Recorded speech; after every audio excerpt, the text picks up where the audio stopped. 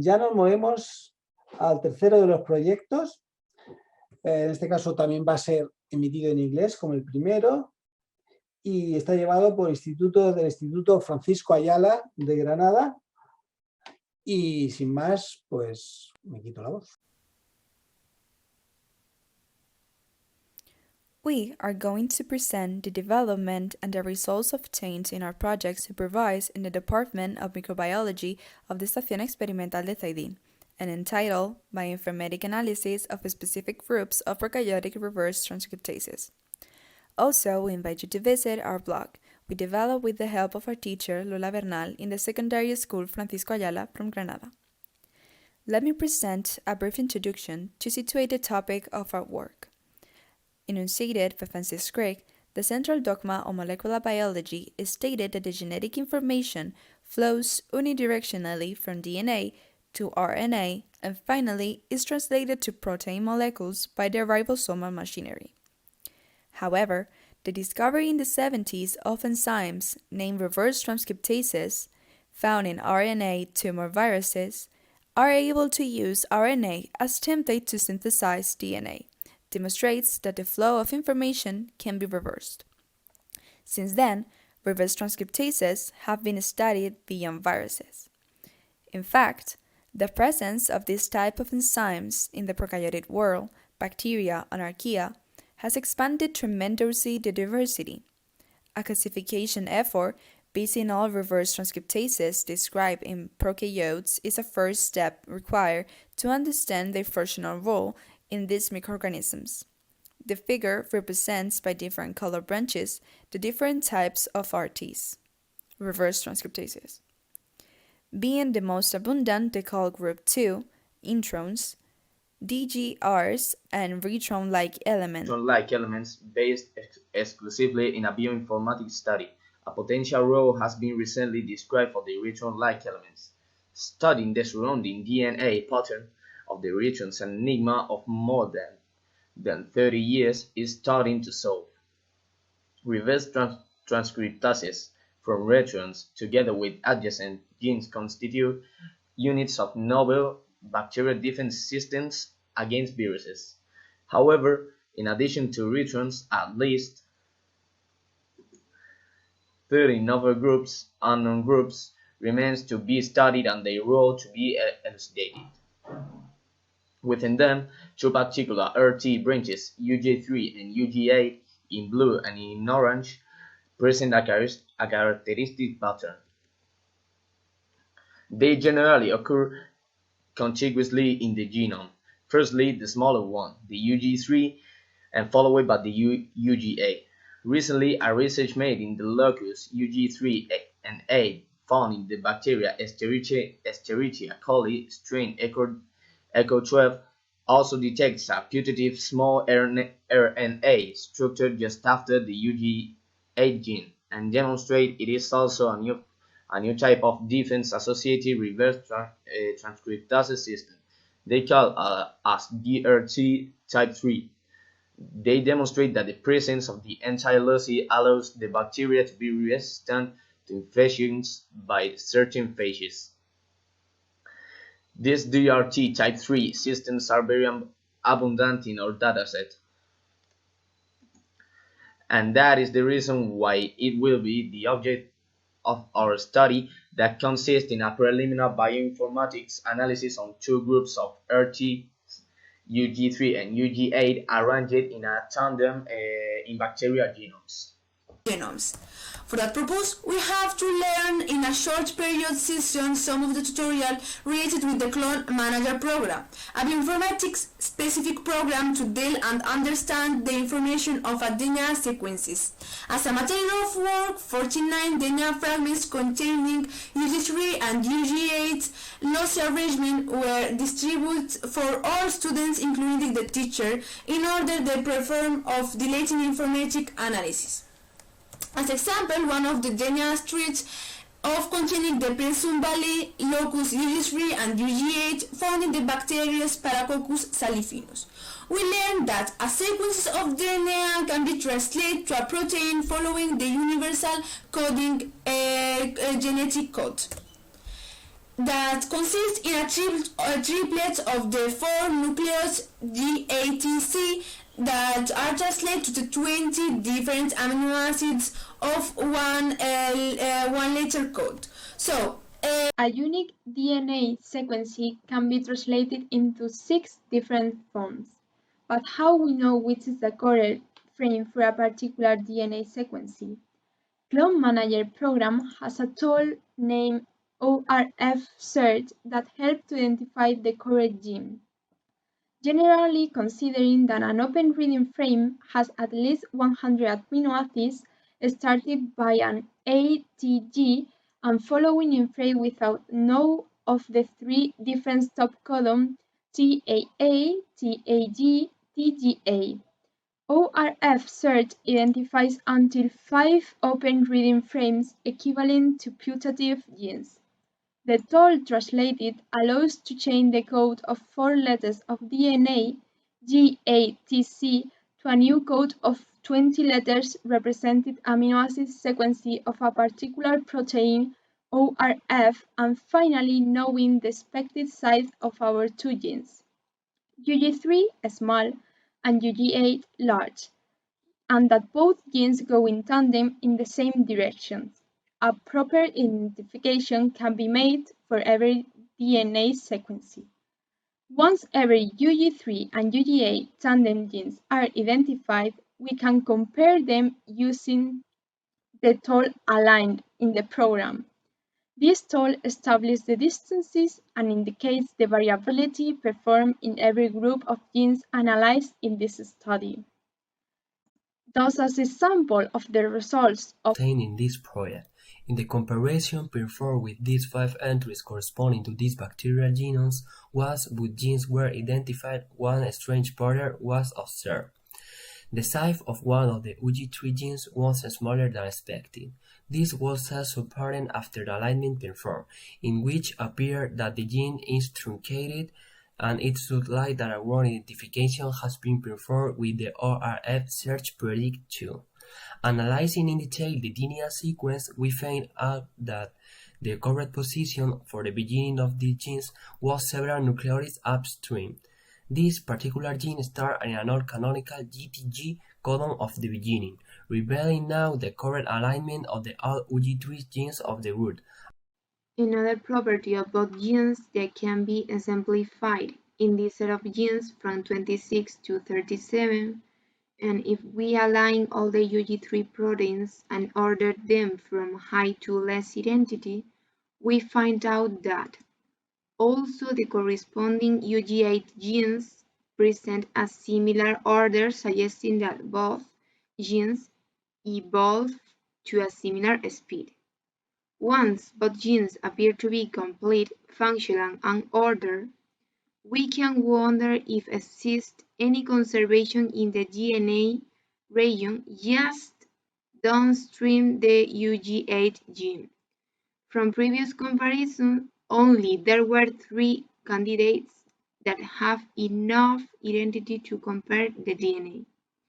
With that purpose, a selected window of only 300 nucleotides downstream the UG8 gene was selected for every locus. The alignment of this DNA, and as occurred in the other examples, reveal a conserved boxes that can resemble a putative RNA structure to be determined. Finally, the main conclusions of our not yet finished work are 1. Alignment of closer genes identified properly the beginning at the end of the gene. 2. Comparisons of particular sets of UG3 and UG8 tandem genes suggest a concert evolution. And 3. Alignment analysis of the 300 nucleotides downstream of the UG8 gene reveal a conservation of a putative RNA structure. Only to acknowledge to our teacher Lola Bernal and our great researcher Francisco Martínez Abarca, Paco, to have the opportunity to participate in such interesting projects.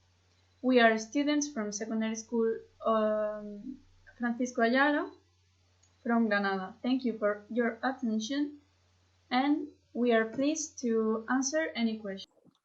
Bien, nada, otro proyecto de los presentados que ha tenido la particularidad de desarrollarse en un tremendo espacio de tiempo muy corto. Realmente la mayoría de estos proyectos empezaron en el mes de enero y han tenido que desarrollarse realmente en un tiempo a una velocidad muy grande, lo cual es todavía más sorprendente. Se han generado en el chat una serie de preguntas que me gustaría que se animaran a responder los protagonistas, ¿vale? Y, por ejemplo, empezamos por preguntas relativamente fáciles y después comencemos con las más complicadas. La primera, que la acabo de leer y me parece muy apropiada, por el doctor Manuel Espinosa. ¿Es la bioinformática una herramienta útil para estudiar la evolución? Preguntan. A ver, Rabab. Perdón. Rabab, espérate, todavía no puedes hablar. Ahora. No sé, yo no voy a tocar. A ver, ¿quién le activa? Vale. No, ahora mismo alguien se ha desactivado el hablar. Actívate. Ahora. Hola. Sí, se te oye. Hola. La pregunta. ¿Es la bioinformática una herramienta útil para estudiar la evolución?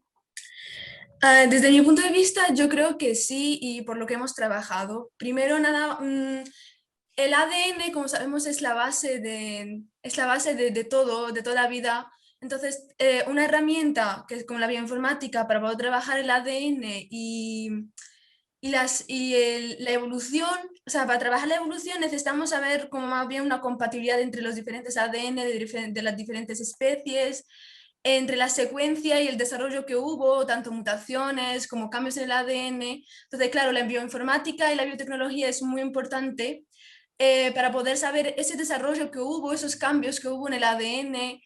Y claro, esos trabajos a simple vista o solo sin apoyarnos con la biotecnología no es posible o no tiene tanta certeza. Entonces, claro, la bioinformática en ese sentido ayuda mucho para saber la evolución que tuvo el ADN y por lo tanto la evolución que hubo a nivel de las especies.